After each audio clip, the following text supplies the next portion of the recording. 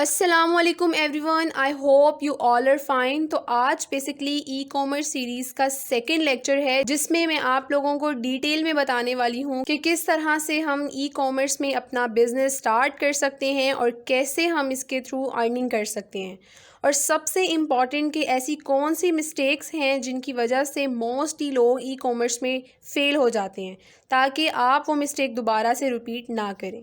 आज का lecture start करने से पहले मैं आप लोगों को ये चीज़ क्लियर कर दूं कि ई कॉमर्स की फ़र्स्ट क्लास में हमने बेसिक कॉन्सेप्ट्स को क्लियर किया था, जिसमें मैंने आप लोगों को बताया था कि ई कॉमर्स क्या होता है और इसके क्या बेनिफिट्स हैं, और इसके साथ साथ मैंने ई कॉमर्स के डिसएडवांटेजेस को भी आप लोगों के साथ शेयर किया था। और ये कन्फ्यूजन भी मैंने आप लोगों की क्लियर की थी कि ई बिज़नेस और ई कॉमर्स के दरमियान एक अच्छा खासा डिफरेंस है जो आप सबको पता होना चाहिए।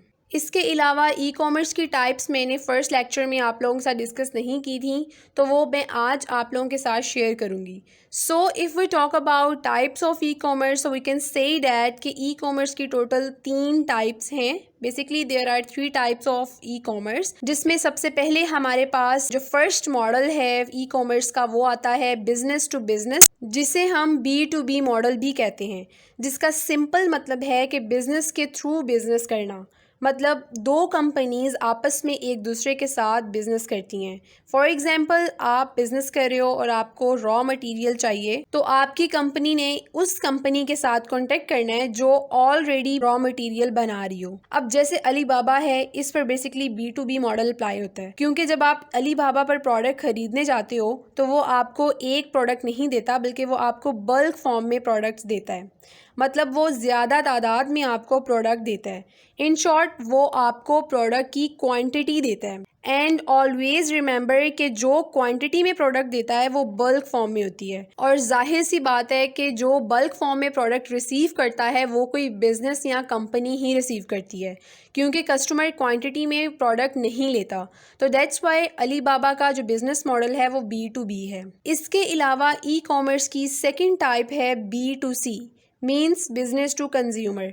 इसमें ये होता है कि जो बिजनेस होता है वो डायरेक्ट अपने कस्टमर को प्रोडक्ट बेच रहा होता है। जैसे सोशल मीडिया पर हम डिफरेंट एड्स देखते हैं, हम फेसबुक पर, इंस्टाग्राम पर डिफरेंट पोस्ट देखते हैं, जिसमें कंपनीज जो होती हैं वो अपनी प्रोडक्ट की एड्स लगाती हैं और उसके थ्रू अपना जो प्रोडक्ट है वो बेचती हैं और अपनी प्रोडक्ट को अपने कस्टमर्स तक डायरेक्टली पहुंचाती हैं। तो मीन्स वो यहाँ पर B2C बिजनेस कर रही होती हैं। इसके बाद जो थर्ड मॉडल है वो है C2C, which is basically consumer to consumer. इसमें क्या होता है कि एक कस्टमर किसी दूसरे कस्टमर को अपनी प्रोडक्ट बेच रहा होता है। जैसे फॉर एग्जांपल OLX C2C की एक बहुत अच्छी एग्जांपल है।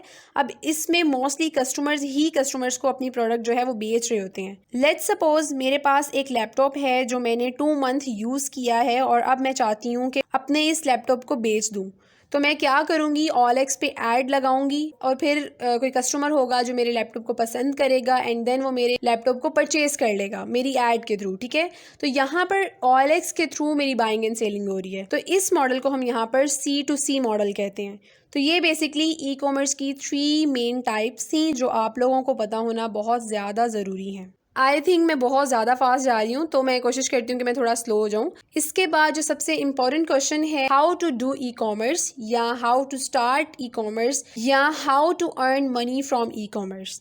तो ये वो मेन क्वेश्चंस हैं जो हर उस बंदे के माइंड में आते हैं जो ई कॉमर्स पर अपना बिजनेस स्टार्ट करना चाहता है। तो बेसिकली ई कॉमर्स पर अपना बिजनेस स्टार्ट करने के 2 तरीके हैं, जिसमें या तो आपकी अच्छी खासी इन्वेस्टमेंट लगती है और या आप स्टार्टअप लेते हो विदाउट एनी इन्वेस्टमेंट से। अब कैसे आप without any investment e commerce start कर सकते हैं, ये भी मैं आप लोगों के साथ अभी शेयर करूंगी। तो बेसिकली ई कॉमर्स स्टार्ट करने से पहले आप लोगों के पास एक प्रोडक्ट होनी चाहिए जो आपने बेचनी है। अब ये आपकी मर्जी है कि आप उस प्रोडक्ट को अमेज़ॉन से लें या अलीबाबा से बल्क में लें या किसी और होलसेल प्लेटफॉर्म से लें। बस डिफरेंस इतना है कि इसमें आपकी इन्वेस्टमेंट लगती है, जिसमें आप वेयर हाउसिंग करते हो, प्रोडक्ट खरीदते हो और फिर आगे से उसे बेचते हो।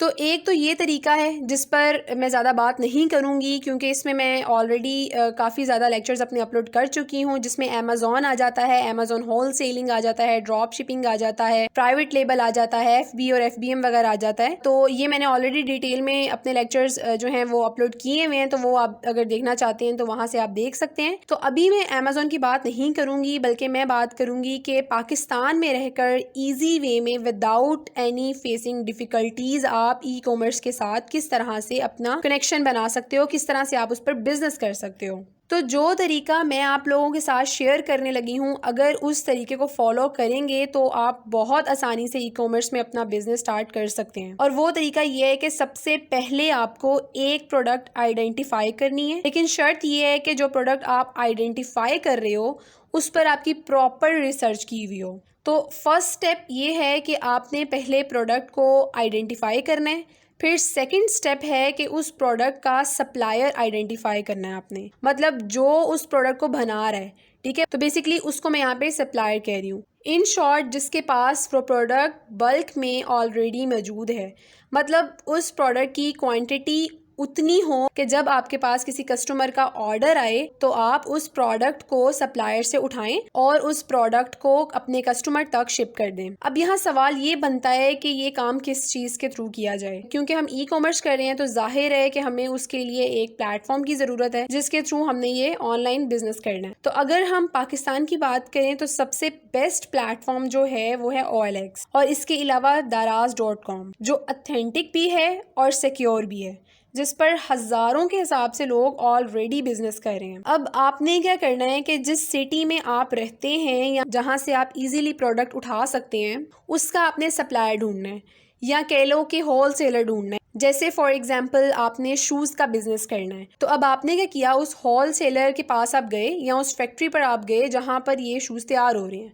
अब फॉर एग्जांपल शूज़ की एक्चुअल प्राइस है 200 रुपीज़ और आपने अपना जो प्रॉफिट मार्जिन है वो आपने रख लिया 400, ठीक है। अब आपने 400 अपना प्रॉफिट मार्जिन सेट कर लिया। अब ये हमारे पास शूज़ का मार्जिन है, तो यहाँ पर अच्छा खासा मार्जिन आ जाता है, जिसमें एक शूज़ के पीछे आपको 200 का प्रॉफिट हो रहा है। और ये तो कॉमन सेंस की बात है कि जब आप बल्क में माल उठाते हो तो आपको वो सस्ते में मिलता है, तो आपने यही गेम चलानी है और आपने बल्क में प्रोडक्ट को लेना है। अगर तो आपके पास इन्वेस्टमेंट है तो आप उसको पहले ही उठा लें बल्क की फॉर्म में, लेकिन अगर आपके पास इन्वेस्टमेंट नहीं है तो आपने क्या करना है कि पहले ही उस सप्लायर से जो शूज़ बना रहा है उससे आपने डील कर लेनी है कि जब मैं तुम्हारे पास ऑर्डर लेकर आऊँ, कि चाहे मैं प्रोडक्ट बल्क में लूँ या इंडिविजुअल क्वांटिटी में लूँ, तुमने मुझे बस प्रोडक्ट देना है। और ये चीज़ भी आपने कंफर्म कर लेनी है कि वो आपको कितनी देर में प्रोडक्ट तैयार करके प्रोवाइड कर सकता है। अब लेट्स सपोज उसने आपको कह दिया है कि विद इन 1 डे आपको वो प्रोडक्ट जो है रेडी करके मिल जाएगी, डेट्स इट, मतलब आपकी डील फाइनल हो गई है उस सप्लायर के साथ,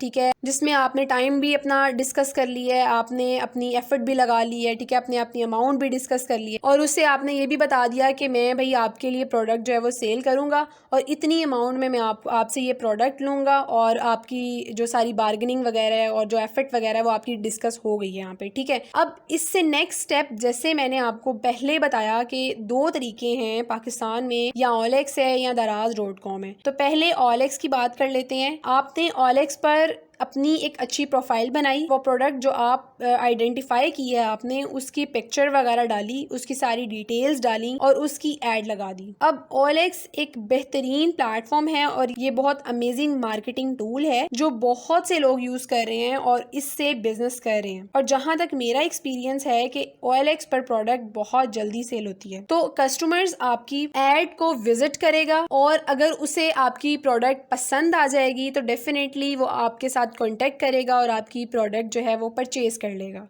तो ये तो एक तरीका हो गया OLX का, जिससे आपने अपना ई कॉमर्स बिजनेस स्टार्ट करना है। इसके अलावा जो दूसरा तरीका है वो है daraz.com, जिसके थ्रू आप ई कॉमर्स करेंगे। तो बेसिकली दराज की 2 ऐप्स हैं, एक तो वो ऐप है जिस पर आप चीज़ें ख़रीदते हो और दूसरी जो इसकी ऐप है वो है सेलर ऐप, ठीक है।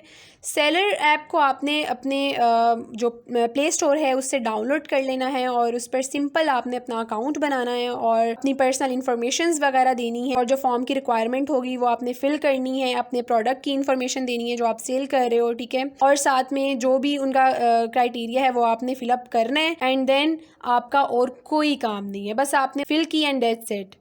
क्योंकि उसके बाद का काम दराज वालों का होता है, वही आपकी प्रोडक्ट आपके कस्टमर तक पहुंचाते हैं। इसमें बस फ़र्क इतना सा है कि दराज में आपको थोड़ी कमीशन देनी पड़ती है दराज वालों को, और जो OLX है उसमें डायरेक्टली आप अपने कस्टमर तक अपनी प्रोडक्ट जो होती है वो सेल करते हो। अब दराज का सेलर अकाउंट बनाना बहुत आसान काम है, बट फिर भी अगर आप लोग चाहते हैं इस पर मैं एक प्रॉपर वीडियो बनाऊं तो आप मुझे कमेंट में बता सकते हैं। अदरवाइज यूट्यूब पर इस टॉपिक पर ढेरों वीडियोज़ हैं, आप वहाँ से जाकर ये इन्फॉर्मेशन ले सकते हैं और वो स्टेप फॉलो करके आप अपना सेलर अकाउंट बना सकते हैं। तो ये सिंपल 2 तरीके थे जिसके थ्रू आप ई-कॉमर्स बिजनेस स्टार्ट कर सकते हैं पाकिस्तान में रहते हुए। तो आई होप आप लोगों को इस क्वेश्चन का आंसर मिल गया होगा कि किस तरह से विदाउट इन्वेस्टमेंट आप ई-कॉमर्स बिजनेस स्टार्ट करें।